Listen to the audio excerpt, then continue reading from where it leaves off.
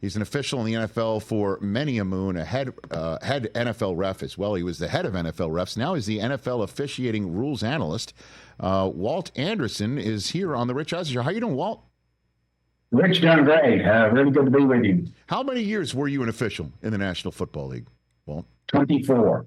24. Do you remember the first game you were an official for? What game was it? I believe it was in Houston. The old Oilers. They played Kansas City. The Oilers. So was it in the Astrodome? Your first game was in the Astrodome, Walt? Yes, that was back when they were still using the Astrodome. Okay, very good. And now you are the NFL officiating rules analyst. That's your title now for the NFL? That is correct. Does that mean, are you going to be part of broadcasts this fall? Well, what they really want me doing is just working at providing communication and really being a rules resource, not only for our clubs, but for our network partners, and really all members of the media. It's really just an effort to try to just share information, be more transparent and just do what I can to explain things when necessary. And we certainly hope that's less than often. So, is that a very nice Walt Anderson way of saying if one of my colleagues in the middle of a broadcast is talking out of the wrong orifice, that you get on the phone to try and correct them, Walt, on certain subject matters? Is that what happens? Well, that's really what we're going to try to do, Rich, is just work at communicating more, just to be sure that the networks at least understand what is the ruling and what might be coming out of the AMGC Center in New York relative to those rulings or explanations that are made on the field. But you are not appearing on camera, similar to maybe what, for an analogy, Steve Javie, a colleague of yours with the NBA, sometimes appears in a broadcast to say, this is what we're seeing. That is not going to be your role? No, it's really set up such that if you end up with somewhat of a unique situation, which I know you probably can imagine what some of those rare situations that are unusual, the ability for the networks to have me on the air does exist. Obviously I'm sure that they're going to want to try to utilize their analysts to explain things where necessary, but in that rare instance where maybe some additional explanation would just be helpful for the fans, it's really set up to be able to accomplish that. All right, so let's jump in, Walt. So the new rule involving the kickoff, we've seen it in the preseason, and I will give you the floor for those who are still looking at it going, my goodness, I've never seen anything like that before, and what the new rule is and the intent of the NFL for placing it in. Well, really, two main goals, Rich, with the intent. Number one, try to make the kickoff safer. And number two, try to make it more relevant than what it has been in recent years with so many touchbacks. So, relative to the safety part, one of the things that's always been a concern is the speed and space, that occurs with the traditional kickoff. So we've established setup zones that are only 5 yards apart, so you don't have as much distance that the players are going to be running before they end up contacting each other. And then with a landing zone concept that was developed for the rule, the idea is to put the ball in the landing zone so that it incentivizes the receiving team to return the ball. There's a little more of a consequence if you end up kicking it through the end zone, and that is, instead of the ball potentially being at or around the 20 or 25 yard line, it's going to be put out at the 30 yard line. And if you land it short of the landing zone, it's going to be treated like an out of bounds and you're coming all the way to the 40. So what do you say in response to a lot of coaches, and I'm sure you've heard it, and I'm sure this was discussed maybe at the most recent membership meeting, that a lot of coaches think the 30 is not punitive enough and that we'll still see balls pounded through for a touchback anyway, and just say, screw it, we'll give you the ball in the 30, that maybe if you placed it at the 35, that would cause a lot of coaches, certainly in the fourth quarter of games in which they're up by more than a field goal, to just say, I'll play defense for 70 yards rather than risk somebody creasing that zone and just getting one-on-one with the kicker. What do you say to that, Walt? Yeah, I think you're right, Rich, in that is we really don't know what it's going to end up looking like in the regular season because you know this, all the teams are going to hold back from what they kind of show in the preseason. So relative to the strategies, there's probably going to be a lot of factors that end up coming into play. How good do I feel about my cover team or my return team? The dynamics and game situation in a particular game. And there are going to be those that just say exactly like you said, we'll just kick it through the end zone and we'll play defense from the 30. So much is going to end up, I think, depending upon what this thing really looks like when we get regular season play under our belt and just see what the analytics look like. How much do you give up whenever you end up putting the ball at the 30, rather than on average, it's traditionally been around the 25-yard line for drive starts in recent years. So there's a lot of unknown, and the proof will be in the pudding, so to speak. So we'll just have to see what it looks like, and we're all going to learn from it, from that standpoint, in terms of not just how to play it, but also how to officiate it. But you also know that the league frowns upon switching anything up once games are played, right? You're spot on with that. That's correct. So if waiting to see proof in the pudding, I mean, anticipates a major significant change. There may be, matter of fact, the competition committee is going to be meeting this week to just maybe take a look at just a few little really, really minor tweaks relative to alignments. How the officiating staff, how strict are they going to be, with movements and things like that. But that's really not a substantive change in the rule. So 30-yard line it is. That's even if we see tons of kickoffs go through for touchbacks anyway, and this rule doesn't affect anything, we won't see a change during the season. You don't think? Yeah, I'm not seeing, Rich, just in terms of I just don't see a lot of support for moving it from the current 20, 30, 40. Those are the 3-yard lines. There was certainly a lot of discussion and has been, about what do we do with the 35? Would it be easier to just have 2 lines, the 20 and the 35? And the whole evolution of this play, it started off with the original recommendation being the 35-yard line, but too many of the clubs felt like that was just too much of an advantage without first seeing how this thing really looks with regular season play. And again, so for an onside kick to happen, it must be declared, right? Somebody's got to. Correct. Yeah, that was a major change. The only time you're going to see onside kicks are in the fourth quarter, and that's going to be if you're behind in score.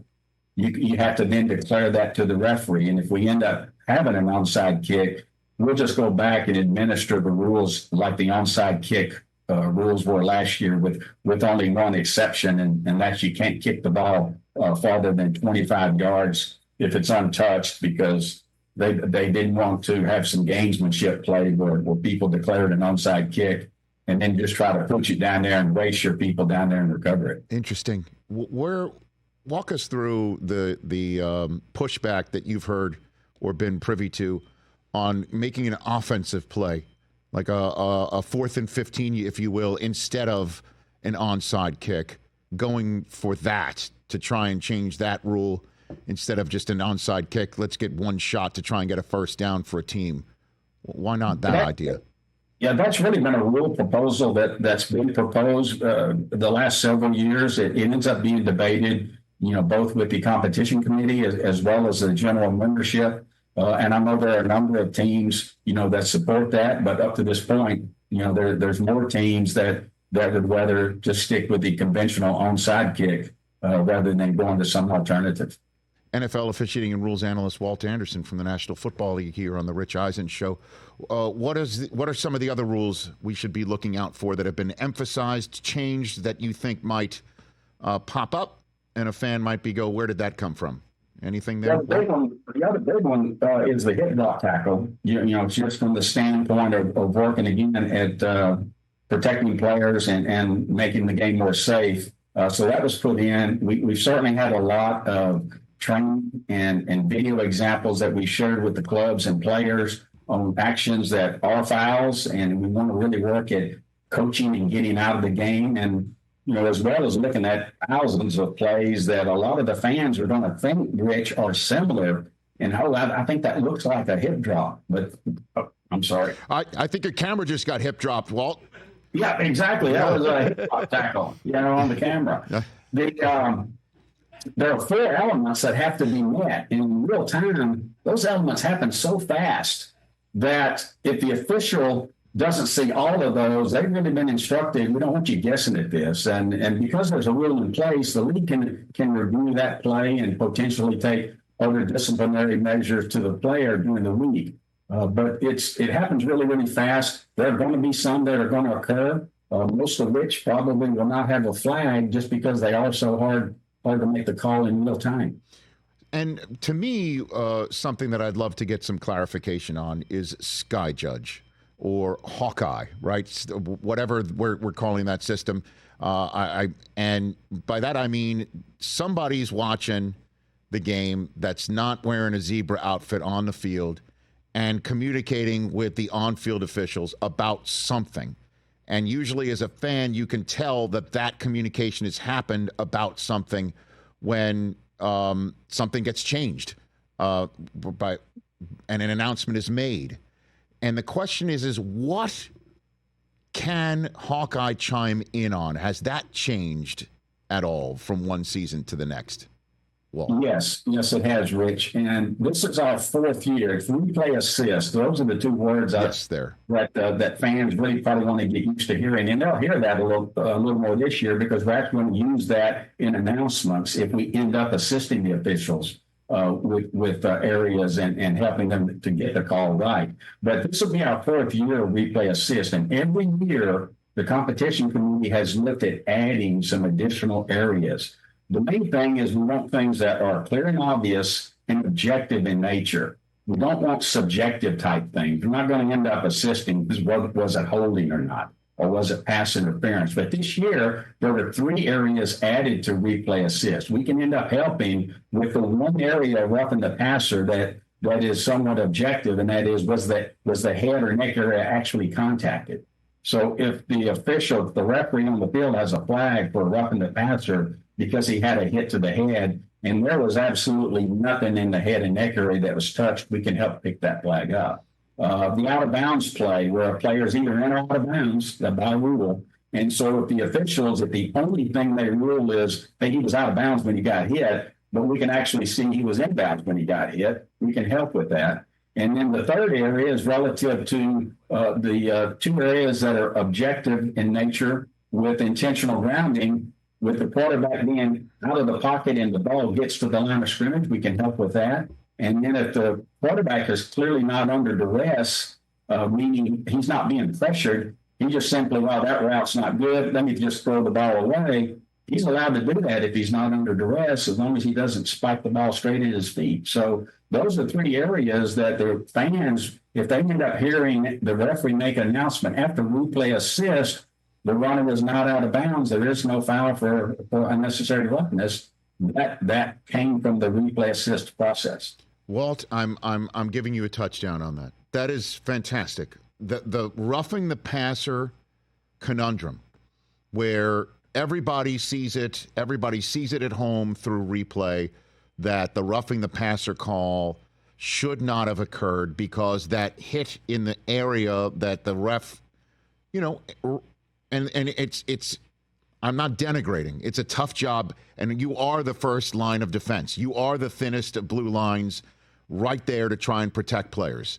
So the flag comes out under that notion, but it's off. It's wrong. Now replay assist can buzz in and say, hey, huddle up. We're taking a look at this thing. There was no contact for roughing the passer. Pick up the flag. That is what can happen. Week 1, game 1 in the National Football League this year is what you're saying. That is correct, Rich. And it's, as you well know, most of the areas of roughing the passer have subjective components. Yes. Was it weight or not? We're not going to get into that. Was it body weight or not? Did he pick the quarterback up and slam him to the ground? Those kinds of components are judgment. Those have to be left on the field. But if the only thing that was called was you hit him in the head, and we've got video evidence that you hit him in the shoulder, from that standpoint. That's what we can help with. Okay. What about spotting the ball? Can replay assist help with spotting the football? There was a game last year where it was a clear first down for the Rams. They wound up being shy. They didn't have any timeouts left to challenge. Sometimes replay assist can help with spotting the ball. They didn't seem to jump in right there, just as a for instance. What about spotting the football? Can replay assist chime in and say you're off on the spot here?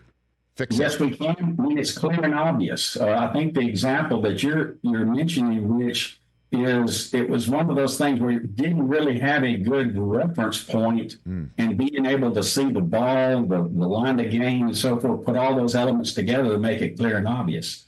That would end up having to be something that would have to be challenged. So the replay assist is to try to deal with those things that are crystal clear, crystal obvious, that everybody can see. There's no analysis there. It's like, the foot's out of bounds, or the ball hit the ground, those kinds of things. So basically, replay assist, and again, just walk everyone through the mechanics here, because there's so much crazy tinfoil hat stuff that goes on in these moments, because we're not seeing an official throw a flag. We're hearing somebody say, hold on a second. Somebody who's not here is chiming in. They're watching TV just like you and making a decision that's going to affect the outcome of this play, this quarter, this game, this scoring drive, or what have you. So it's a group of individuals sitting in the Art McNally Center in New York City, looking at it and then watching each and every game and then chiming in and connecting with the official. As well as the replay official who is at the stadium and a part of that crew. The replay official works with that same crew every week, so they're used to working. So it's really, a twofold approach. The replay official at the stadium is looking. We're in constant communication from New York with that official, and we've got staff people in New York who are also looking. And so it's kind of like the first one that can get to it, go ahead and chime in from that standpoint. But the two main areas that it's not meant to replace the challenge system by a coach. It's really designed that if the information is clear and obvious and can be communicated quickly, then that's what we're going to do, because the mechanics of it, Rich, if a team is in a hurry-up situation and the ball's about to be snapped, we can't really jump in with replay assist because the game has dictated that the pace of the game then takes precedence. So then that would have to be a challenge. And that certainly occurs more often against the defensive team than the offensive team, because the offensive team controls the pace of the game. Last one for you. How come the GPSing of footballs being spotted instead of the sticks that seemed to work in preseason, how come that didn't get instituted for the playing season in 2024, Walt? It's really just because there's so much testing that has to go on, and we've got to be sure we can test it in all 30 stadiums, Rich. There are some behind-the-scenes processes that sometimes work really well, and then there were some others that we learned didn't work as well. So we've got to take those learning experiences, work at refining those here during the course of the year. It'll be addressed next spring again by the competition committee, and everybody is anticipating that we'll continue to evolve that. Tested obviously a lot more in the preseason, and if that testing ends up being successful, it's very likely that it might end up being ready for the 2025 season to roll it out during the regular season. Walt, thanks for the time. Really appreciate it. Look for more of my calls and requests for your time to explain stuff. Walt? Rich, anytime, you just let me know. Enjoy being on your show. Right back at you. That's Walt Anderson, former Senior VP of Officiating. He is now the NFL's rules official and rules analyst right here on the Rich Eisen Show. There you go. Catch the Rich Eisen Show every single day on the Roku channel, 12 to 3 Eastern, for free.